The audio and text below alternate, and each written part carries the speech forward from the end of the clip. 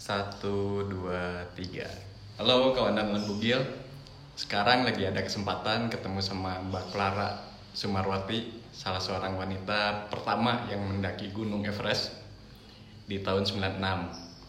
Sebelumnya Mbak Clara juga pernah mendaki Everest, cuman belum berhasil ya di tahun 94 ya Mbak ya? Iya betul, 94. Mari kita gali apa sih yang menarik yang bisa disampaikan buat teman-teman pengalamannya.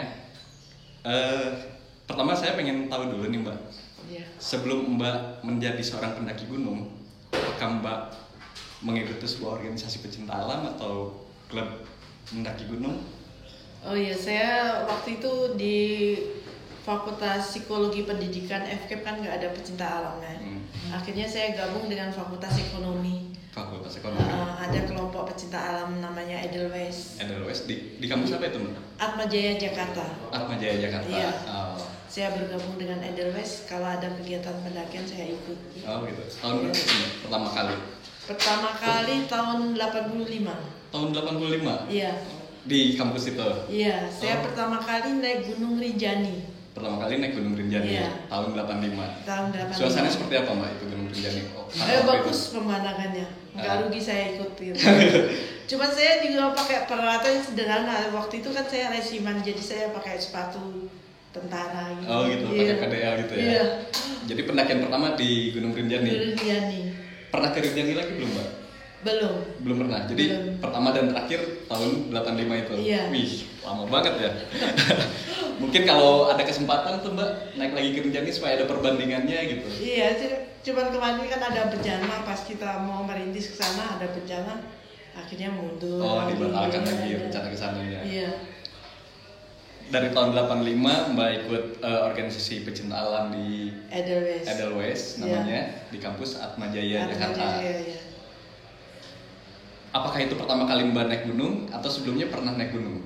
Saya waktu kecil kan kakek saya punya gunung namanya Gunung Jambu, bukit gitu. Nah. Tempat latihan tentara di Purworejo gitu. Oh, di Purworejo. Iya. Itu saya sering, kalau kakek saya kan dimakamkan di sana. Saya kalau ke makam kakek saya dikasih peluit sama bapak saya. Iya. Kalau jalan duluan, kalau misalnya tersesat tinggal tiup peluit terus bapak saya ngejar.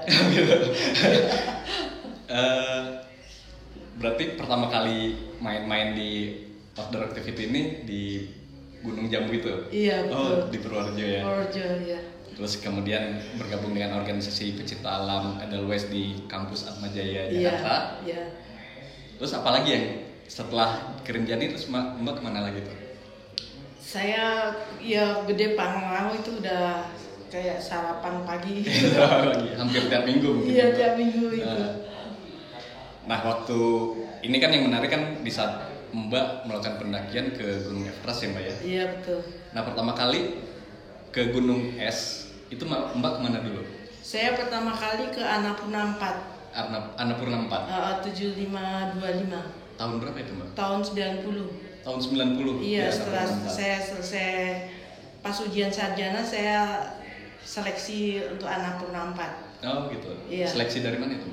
Dari gabungan perguruan tinggi DKI Jawa Jogja. Oh. Iya. Mereka yang Ikut sebagai seleksi. penyelenggaranya. Iya. Oh. Dan dibiayai oleh siapa itu Mbak? Dibiayai dari seorang pengusaha namanya Mas Hasto. Itu dari Putri Patria Indonesia, Yayasan Putri Patria Indonesia. Yang membiayai ekspedisi itu. Iya. Berapa orang yang berangkat Mbak? 6 orang, 6 putri. Yang ke Annapurna itu 6 Iya. putri? Oh. Sampai di atas 1 orang, saya yang ikut jaga di camp terakhirnya. Jadi Mbak nggak sampai ke puncaknya gitu? Enggak sampai puncak. Tapi ada tim anggota tim yang lain sampai ke puncaknya? Iya, cuma 1 orang. Oh, jadi diwakilkan ya? Iya, Jadi pendakian rencananya itu kan saya kan berhasil yang ya? disuruh ke puncak, tapi persiapan oksigennya nggak mencukupi, saya nggak berani ambil resiko. Oh. Saya kasih ke teman saya. Oh, yang penting ada anggota tim yang bisa mencapai puncak. Puncak, iya. Berarti ya sistem pendakiannya alpin ya Mbak ya namanya Iya, ya? Alpinpus. Alpinpus ya? Iya. Jadi dengan 1 orang yang mendaki puncak itu sudah dianggap berhasil ya pendakiannya? Iya. Oke, jadi Annapurna tahun 90 tim putri Indonesia sebanyak 6 orang ini berhasil mencapai puncak Annapurna 4. Terus setelah di Annapurna kemana lagi Mbak? Saya ke Aconcagua bawa 4 putri. Bawa 4 putri. Iya, kebetulan saya sebagai ketua ekspedisinya gitu. Oh, ekspedisi apa Mbak namanya? Ekspedisi Putri Indonesia. Penyelenggaranya dari siapa? Yayasan Putri Indonesia. Oh, Yayasan Putri Indonesia. Waktu itu kita dapat bantuan dana dari Menpora, dari dana sumbangan sosial berhadiah itu SDSP. Oh, SDSP yang waktu itu melalui Kemensos ya? Iya. Oh. Kita dibiayai oleh rakyat. Dibiayai oleh rakyat, karena mewakili rakyat juga ya Mbak? Iya. Itu tahun 93. 93 di Aconcagua. Iya.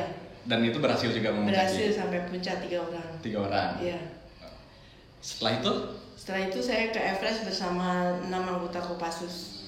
Everest tahun 94. 94 di jalur selatan South Pole sampai Camp 3. Sampai Camp 3. Iya, semua tim yang ekspedisi di Everest turun semua karena badai. Oh, pada tahun 94 itu semua ekspedisi yang ke Everest dianggap gagal semua gitu, karena ada kendala cuaca badai itu ya. Oh. Dan itu lagi banyak juga yang berusaha ekspedisi ke sana buat memencaki. Banyak yang mecahin rekor 20 jam mau membetulin rekornya menjadi 18 jam gagal. Yang tahun 94 itu. Tahun 94. Oh, jadi memang bukan hanya tim Indonesia saja yang gagal untuk mencaki tahun 94 itu. Iya. Nah, tahun 90 kan, Mbak. Tahun 90 itu peralatan untuk mendaki itu sangat sulit didapatkan. Iya. Nah, bagaimana sih persiapan tim Mbak untuk menyediakan peralatan itu? Kita tiap hari itu keliling toko di Nepal, di Tamil itu, untuk mencari peralatan yang memadai. Oh, yang sesuai dengan kebutuhan. Sesuai dengan kebutuhan. Kita pakai seragamnya, waktu itu kan nggak ada baju baru ya. Kita pakai baju bekas semua. Beli di Nepal sana. Beli di Nepal. Di Tamil gitu. Iya. Nah, kalau persiapan di Indonesianya gitu? Persiapan di Indonesia ya seperti biasa, naik turun gunung, terus renang, lari, terus panjat tebing. Itu panjat tebing itu 1 bulan sekali, naik turun gunung 1 bulan sekali, terus fitness itu tiap hari, lari tiap hari. Kalau renang nggak begitu menonjol gitu. Nah, itu persiapan berapa lama buat satu kali pendakian gunung gitu, misalnya ke Aconcagua, Annapurna? Efektif latihan itu kita 6 bulan. 6 bulan efektifnya. Iya. Persiapannya 1 tahun. Persiapannya 1 tahun, efektif latihannya 6 bulan, menjelang pemberangkatan. Nah, balik lagi mengenai alat Mbak. Iya. Kan kebanyakan alatnya belanja di Nepal. Di Nepal ya. Iya. Yang Annapurna di Nepal, terus yang ke Everest Nepal juga. Iya. Nah, yang di Aconcagua gimana persiapan peralatannya Mbak? Aconcagua kita ke Jerman. Oh, belanja di Jerman. Oh. Itu peralatan baru semua. Baru semua. Tapi gunungnya memang ganas, anginnya sampai nembus tulang. Baju kita masih bisa tembus. Oh gitu. Iya. Memang ngeri Aconcagua itu. Berarti buat peralatan memang tidak beli dulu di sebelumnya ya? Semuanya beli di lokasi di saat kita mau mendaki. Mau berangkat itu kita ke Jerman dulu selama 10 hari untuk persiapan peralatan, tenda segala macam itu. Tenda, carrier, terus baju dingin, sepatu, semuanya beli di negara tempat mau mendaki gitu. Iya. Berarti nggak ada yang dibeli impor, misalnya kita masih di Indonesia terus kita belanja alat itu tidak ada ya? Nggak ada. Karena sulit mungkinnya waktu itu. Susah. Oke, jadi pendakian Everest 94 semua tim ekspedisi seluruh dunia dibatalkan karena pada saat waktu itu terjadi badai di kawasan Everest. Akhirnya tim Putri Indonesia pun membatalkan ekspedisinya di Everest pada tahun 94. Nah, tahun 96 Mbak Clara ini mengulang kembali ya Mbak ya? Iya, mengulang kembali untuk menapaki Gunung Everest. Dan pada saat itu gimana Mbak? Berhasil atau tidak ya? Berhasil sampai puncak. Berhasil sampai puncak yang tahun 96 itu? Iya, kita beli peralatannya juga di Jerman gitu. Beli peralatan dari Jerman waktu itu? Iya. Berapa orang yang berangkat Mbak timnya? Tim Indonesia cuma 2 orang. 2 orang? Iya. Siapa aja yang Saya dengan Bapak Gibang Basuki dari Kopassus Den 81 anti teror. Oh gitu? Iya. Dan Pak Gibang itu nyampe puncak juga? Nggak nyampe dia. Oh nggak nyampe, cuma baklaranya aja. Iya hidungnya berdarah. Oh. Jadi diputuskan untuk tidak meneruskan pendakiannya gitu. Takutnya terjadi apa-apa gitu. Jadi hanya sampai di base camp? Di camp 1. Oh di camp 1, pagi banget. Iya. Nah Mbak melanjutkan ke puncak berarti bareng sama Sherpa? Sherpa 5 orang. Sherpanya 5 orang? Iya. Waktu itu. Berapa lama perjalanan Mbak? Perjalanan naik turun itu selama 1 minggu. 1 minggu perjalanan? Iya.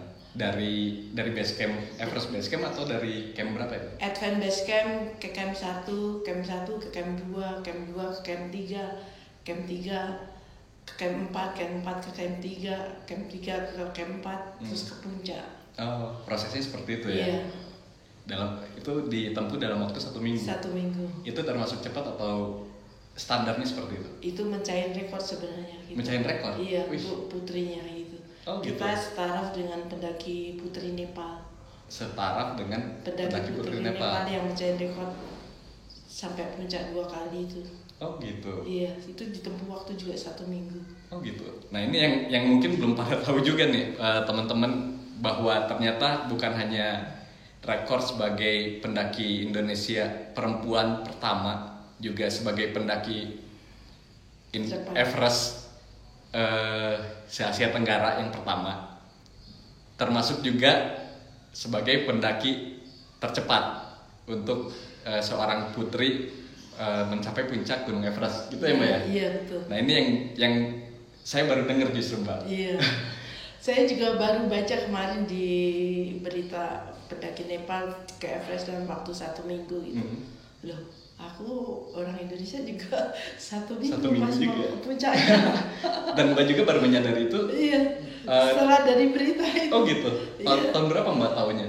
Tahun 2018. 2018 Mbak baru tahu kalau Mbak itu termasuk tercepat gitu. Tercepat. Sebagai pelakunya aja, pelaku kegiatan ini baru menyadarinya sebagai tercepat itu di tahun 2018, sedangkan pendakinya tahun 1996. Cukup lama kan rentang waktunya. Cukup menarik, makanya saya juga kaget gitu. Dari obrolan ini saya jadi tahu kalau ternyata Mbak melakukan pendakian ke Everest ini termasuk yang tercepat gitu Mbak. Iya. Hebat banget Mbak.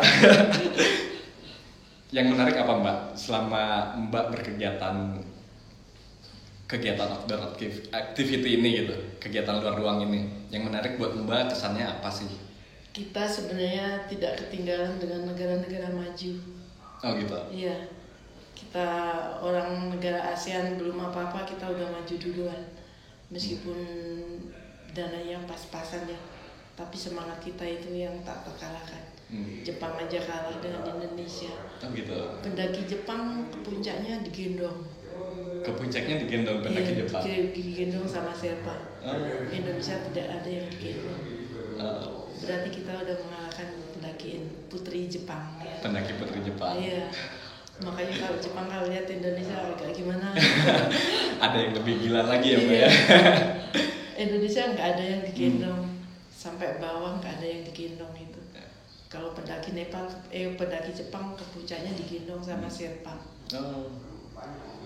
Nah sekarang Mbak punya rencana apa sih ke depan? Apalagi Mbak kan sudah tidak terbilang muda ya Mbak ya, untuk sebagai pendaki gunung gitu. Tapi Mbak masih semangat untuk mendaki gunung. Mbak punya rencana kemana lagi? Rencana ke Merapik. Merapik di Nepal. Iya. Untuk orientasi medan, untuk di medan es gitu. Sekalian juga menggabungkan bahwa dalam situasi pandemi kita pun masih bisa berbuat untuk bangsa ini gitu. Iya. Dan kebetulan didukung oleh pemerintah Nepal. Di sana juga udah dibuka pendakian untuk ke gunung-gunung es gitu. Di Nepal. Di Nepal. Gitu. Jadi rencananya kapan? Rencananya bulan September 2021. Iya. Jadi tahun ini, September ini. Iya. Persiapan apa yang sudah disiapkan sama Mbak? Iya, latihan seperti biasa. Naik turun gunung. Terus panjat tebing. Terus lari. Terus fitness. Kemudian renang juga gitu. Jadi aktivitas latihan fisik ya. Iya. Nah persiapan non fisiknya apa aja Mbak ya? Non fisik kita menyiapkan untuk perlengkapannya yang memadai gitu. Saya mau mencoba produk Indonesia. Oh, mau pakai produk Indonesia buat ke Merapi? Iya, bahannya mungkin dari luar negeri tapi desainnya di Indonesia, dikerjakannya di Indonesia. Dengan merek Indonesia juga? Iya. Udah ada belum Mbak? Ini rencana mau kerjasama dengan Eiger. Oh dengan Eiger? Iya. Untuk sudah ada kesepakatan? Belum. Baru saya berencana aja. Muka-muka didukung oleh Eigernya untuk merealisasikan rencana ini. Kebutuhan Mbak buat nanti pendakian? Iya. Saya dulu juga pakai peralatan di Everest jalur selatan itu, jaketnya buatan Indonesia. Oh gitu? Iya. Buatan siapa itu?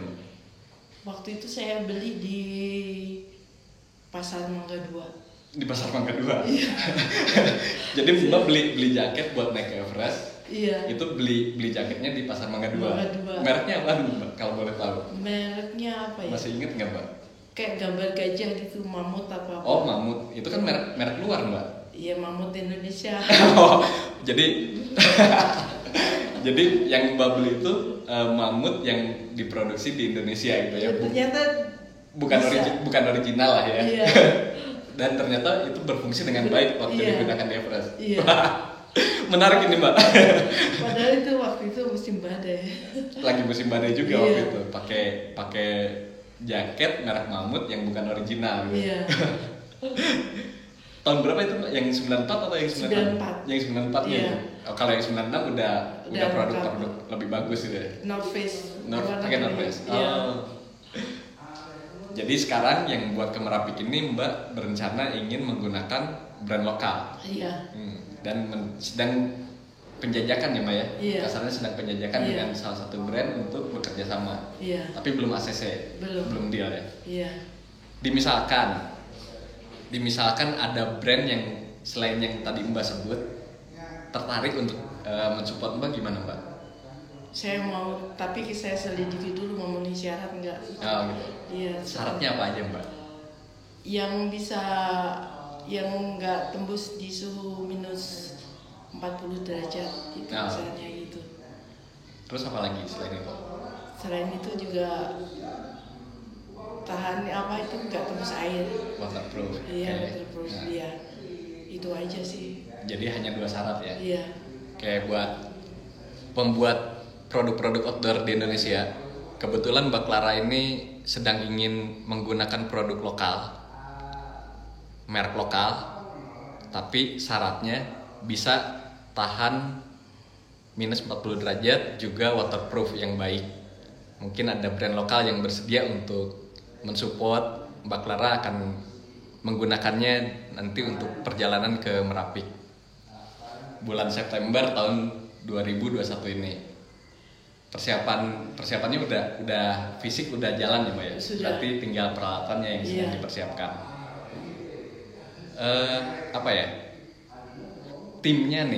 Timnya berapa orang? Rencana 4 orang. 4 orang? Iya. Perempuan semua?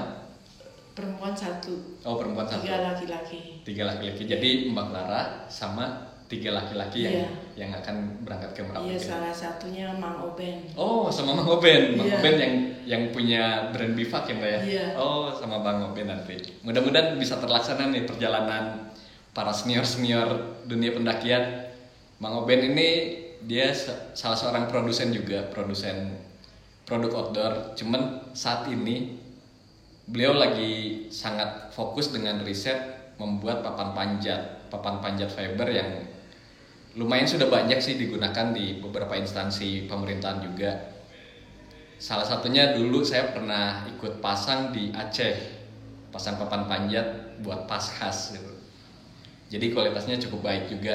Mungkin kalau ada organisasi yang mau membuat papan panjat bisa menghubungi Mang Oben, bisa juga sekalian mensupport ekspedisinya Mbak Clara dan Mang Oben nanti di bulan September 2021 ini. Terus setelah perjalanan Everest, terus sekarang mau melanjutkan ke Merapi, kegiatan setelah dari Everest apa aja Mbak? Saya lebih banyak ke lingkungan sama konservasi alam. Oh, jadi ya penyuluhan ya? Iya, penyuluhan tentang lingkungan dan konservasi. Iya. Kegiatannya hanya itu aja? Iya. Atau ada kegiatan lain bekerja atau apa gitu? Saya kerja untuk bikin seragam kantor itu. Oh, bikin seragam kantor. Batik cetak atau batik tulis itu. Oh, jadi pekerjaan Mbak jadi kasarnya pengusaha ya Mbak ya? Iya, jadi pengusaha hotel restoran equipment Mbak. Oh, iya.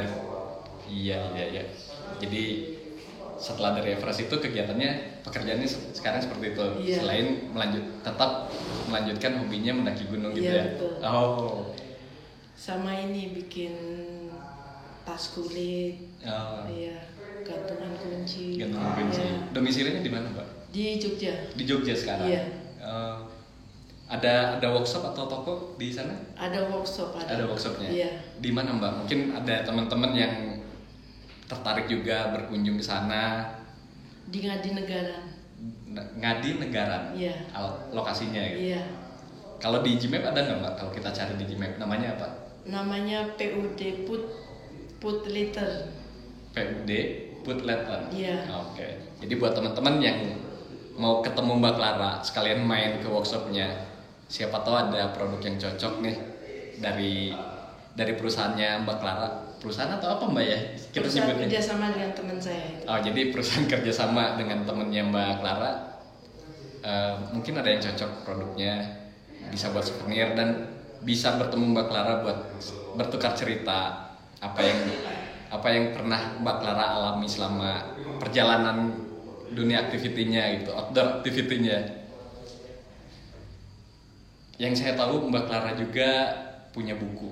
Iya, ya Mbak. betul. Jadi buku yang dirangkum dari 25 jurnalis ya Mbak ya? Iya, betul. Nah, boleh ceritain nggak Mbak itu gimana? Itu menceritakan pengalaman saya selama perjalanan. Saya bercerita dan ditulis oleh para jurnalis, sekitar 25 jurnalis yang menulis tentang saya gitu.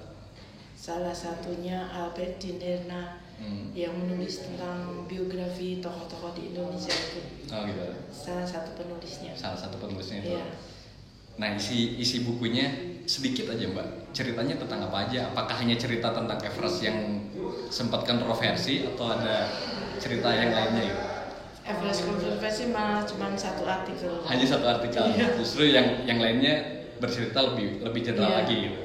Tentang intelijensi, tentang spiritual. Di dalam buku yang Mbak bikin itu. Iya. Oh, oke.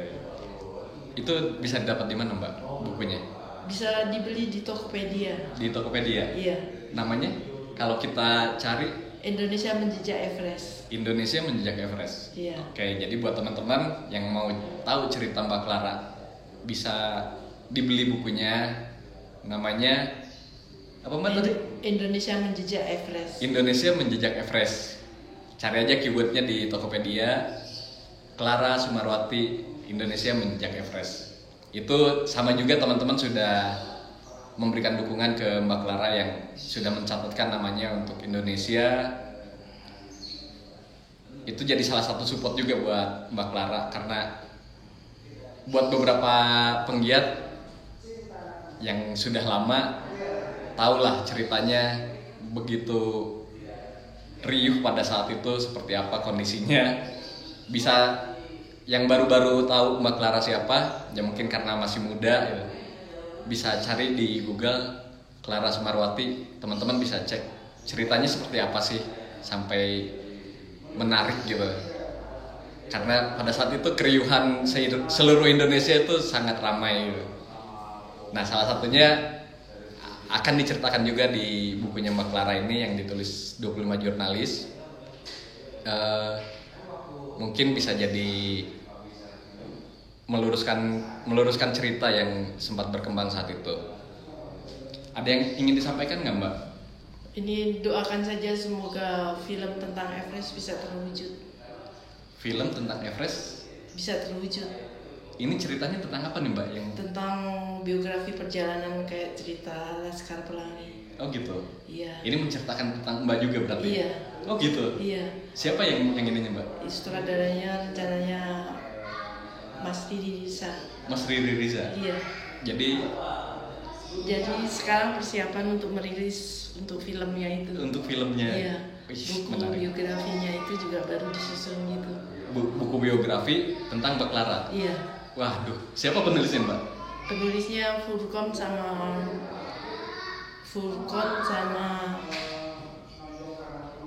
Agus S dari Tempo sama Media Indonesia.